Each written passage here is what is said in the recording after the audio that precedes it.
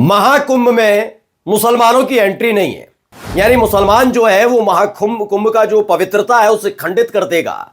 इस तरह का दावा लगातार अलग अलग लोग कर रहे हैं, साधु संत तो करते हैं, लेकिन जो हिंदुओं के ठेकेदार हैं वो स्वयंभू ठेकेदार और तो और जो अपना चेहरा चमकाना चाहते हैं वो भी इसी तरह की शब्दावली का इस्तेमाल कर रहे हैं। वो बात अलग है कि खुद उत्तर प्रदेश के मुख्यमंत्री योगी आदित्यनाथ ने कहा ऐसा नहीं है, लेकिन हो रहा है। लेकिन बात सिर्फ इतनी भर नहीं है, जो महाकुंभ में सनातनी हिस्सा ले रहे हैं, आज उनकी भाषा शैली आपको दिखाने जा रहा हूं।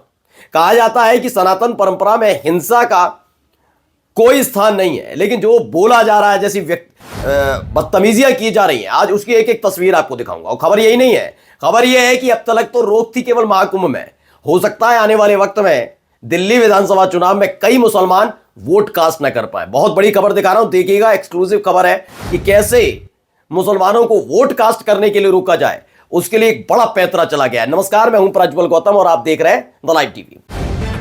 द लाइव टीवी, सच सबसे आगे। पहले तो आपको मैं बता दूं कि महाकुंभ में योगी आदित्यनाथ साहब ने कह दिया ना, सब आएंगे, जाति धर्म पंथ किसी का भी हो, सब आ सकते हैं।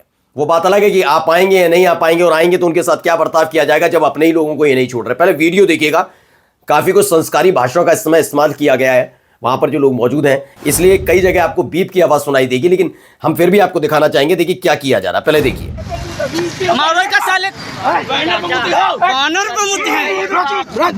हाथ जोड़िए, इनका साइड में बैठो मत। तो देखिए मारपीट की जा रही है, भारत समाचार की खबर है। मैं माफी फिर चाहूंगा, किस तरह से बीप की आवाज इसलिए लगानी पड़ रही है क्योंकि सारे संस्कार वहीं पर उसी जगह महाकुंभ के जरिए उतार दिए गए, वहीं पर कार्य किया जा रहा है। कैसे मारा पीटा जा रहा है, कूटा जा रहा है, इसे हुआ क्या है वो बताऊंगा अभी आपको। लेकिन फिलहाल मैंने हमेशा ये बताया कि जरूरी नहीं है कि मुसलमान के ऊपर ही टूट पड़े। अब इनको आदत पड़ गई किसी न किसी पर हाथ साफ करने की, तो ये वही काम करने में जुट गए। ना धर्म पूछते ना जात पूछते, बस टूट पड़ते हैं क्योंकि इनको आदत पड़ गई है। तो उसी आदत का इस्तेमाल देखिए वीडियो में, कैसे बेरहमी से उसे पीटा जा रहा है। दरअसल खबर क्या है, भारत समाचार की खबर है कि रायबरेली में महाकुंभ के बैनर पर युवक ने किया टॉयलेट। दरअसल रायबरेली की यह खबर है, महाकुंभ से जुड़ा हुआ एक बैनर लगा हुआ था, वहां पर युवक ने एक टॉयलेट कर दिया। स्थानीय लोगों ने युवक को दौड़ा कर उसकी पिटाई कर दी। पुलिस ने सूचना पर युवक को हिरासत में ले लिया। मारपीट का वीडियो भी सामने आ गया। पहला सवाल यह उठता है कि अगर उसने किया था तो यह हाथ में कानून लेने का अधिकार किसने दिया? मैं बताता हूं किसने दिया। उन्होंने ही दिया जो कल तक मुसलमानों के ऊपर हाथ पैर साफ करने वाले, उनके खिलाफ गंदगी उगलने वाले, उनकी मस्जिदों पर चढ़कर भगवा झंडा लहराने वाले और हिजाब वाली बच्चियों से बदसलूकी करने वालों के पर हंसते थे, इटलाते थे। वही लोग जो संसद में अपने एक मुस्लिम जो सांसद थे उनके खिलाफ गंदगी उगल रहा था तो पीछे बैठे बैठे हंस रहे थे, मुस्कुरा रहे थे। ऐसे लोगों ने इजाजत दे रखी कुछ भी करिए। अब जब आए हैं भैया, लगी आग तो कई घर आएंगे जद में, तो आ गया ये जद में, इसे कूट दिया गया बेरहमी से। अब सोचिए, अपने आप को सनातनी बताते हैं लेकिन वहां पर किस तरीके से मारा पीटा जाता है। अब आइए अगली दूसरी महत्वपूर्ण खबर, जिसका मैंने दिल्ली विधानसभा चुनाव का जिक्र किया था।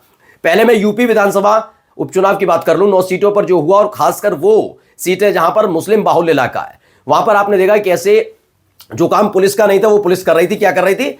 सारे के सारे वोटर आईडी कार्ड चेक कर रही थी, पहचान पत्र चेक कर रही थी, आप हो या नहीं हो, जबकि ये काम उनका नहीं है, लेकिन वो कर रहे थे।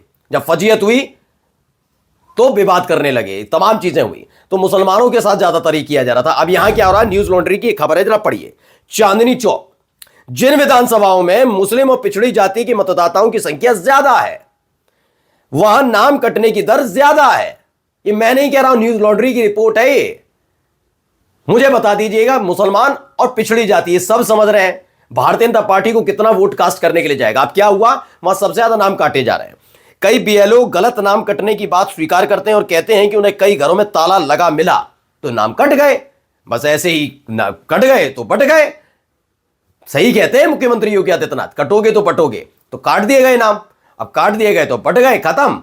अब बचे किसके वाले? उनके वाले, तो उनके वाले वोट देंगे, आराम से जीत लिया जाएगा। ये खेल हो रहा है ना। हाँ, चुनाव आयोग से कुछ मत कहिएगा। चुनाव आयोग शेरो शायरी, जो सड़क छाप शेरो शायरी होती है ना, उस टाइप की शेरो शायरी, चवन्नी छाप, वैसी बनाने में रात भर व्यस्त रहते हैं, इसलिए सुबह देर से उठ पाते हैं, और जब देर से उठते हैं तो उन्हें पता ही नहीं चल पाता खबरें क्या है। खैर, अगली खबर पर आते हैं, और खबर जरा इनकी भी सुनिए, क्योंकि मुख्तार अब्बास नकवी का मैंने बयान आपको सुनवाया था। उन्होंने कहा था कि सब जगह नहीं हो रहा, कुछ एक है जगह जहां पर आक्रमणकारियों ने धार्मिक स्थलों पर कब्जा किया और उसकी जगह मस्जिद बनाई, इसलिए वहां सब हो रहा है, लेकिन सब जगह नहीं हो रहा। जरा इनको सुन लीजिए क्या कह रहे हैं। सोहावल में जो ईदगाह को हटाने को लेकर के हमने ज्ञापन दिया, उसमें 20 सदस्यीय लगभग बैठक हुई। लोक निर्माण विभाग के सभी अधिकारी उपस्थित रहे, पीडब्ल्यूडी के सभी अधिकारी उपस्थित रहे। सबने आश्वासन दिया कि आपने 3 दिन के आंदोलन का समय दिया है, वो कम दिया। तो ये नेताजी क्या कह रहे हैं वो सुन लिया आपने, लेकिन जरा समझिए खबर क्या है। मुस्लिम स्पेस की खबर है, उत्तर प्रदेश ईदगाह को हटाने के लिए ज्ञापन सौंपा गया है। 28 जनवरी तक नहीं हटा तो विरोध प्रदर्शन की चेतावनी दी गई है। अब इन्हें मैंने कहा ना, मस्जिदों से पहले नमाज अता नहीं करेंगे सड़क पर। मुसलमानों ने कहा ठीक है, हम चलिए मस्जिदों में करते हैं, अब छोड़िए मस्जिदों में भी नहीं कर पाएंगे। क्यों? वो विवादित है, क्योंकि उसके नीचे तो मंदिर है भाई। अब ईदगाह में भी कुछ नहीं, मदरसे खत्म करने की कोशिश तो आपने सुना भी है, 800 मदरसे बंद कर दिए हेमंत विश्व शर्मा जैसे आदमी ने। अब समझिए खबर क्या है, अयोध्या के सोहावल में 6 जनवरी को हिंदुत्व दल के सदस्यों ने स्थानीय ईदगाह को हटाने की मांग करते हुए एक बैठक की, जिसमें दावा किया गया कि ईदगाह अतिक्रमण की गई भूमि पर बनाया गया है। याद करिएगा, एक बयान ऐसे ही आ गया था, मैं भी उसका समर्थन नहीं करता। महाकुंभ की जिस जमीन पर लगता है, यह दावा कर दिया गया है कि वो वक्फ बोर्ड की है।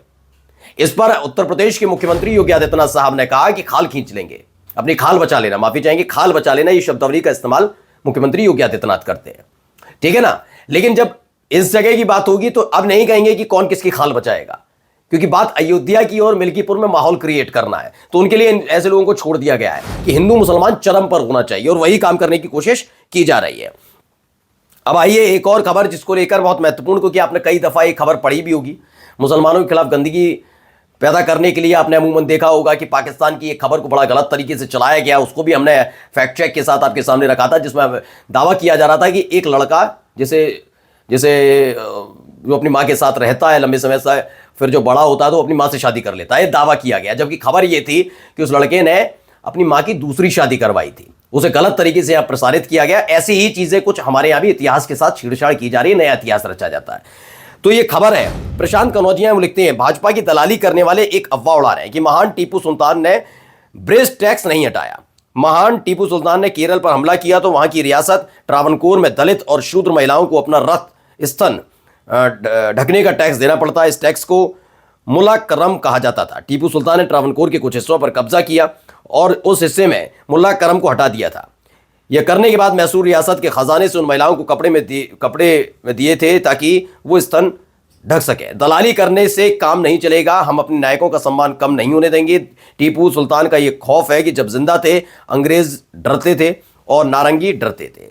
तो ये कौन कह रहा है? ये प्रशांत कनौजिया साहब कहते हैं कि ये हुआ था। अब एक बयान में आपको पुराना याद दिलाता हूं कि मोहब्बत कितनी मुसलमानों से है। आपको याद ही होगा कि मैंने 800 मदरसे बंद कर दिए, मैंने ये कर दिया वो कर दिया, और आपको याद होगा उसी समय टमाटर के दाम आसमान छू रहे थे। पुरानी खबर है लेकिन देखना चाहिए, पढ़ना चाहिए। मुख्यमंत्री का विवादित बयान, यह हेमंत विश्व शर्मा महंगे टमाटर के लिए मुस्लिम जिम्मेदार, इन्होंने यही कहा था, यकीन मानिए। तो हर चीज के लिए जिम्मेदार क्या बताया गया? मुसलमान। कुछ गलत हो जाए तो नेहरू जिम्मेदार। इस देश में मुसलमान और नेहरू ही हर चीज के लिए जिम्मेदार रहे। बाकी भारतीय जनता पार्टी का क्या, वो तो इतिहास रची रही है। नमस्कार। द लाइव टीवी, सच सबसे आगे।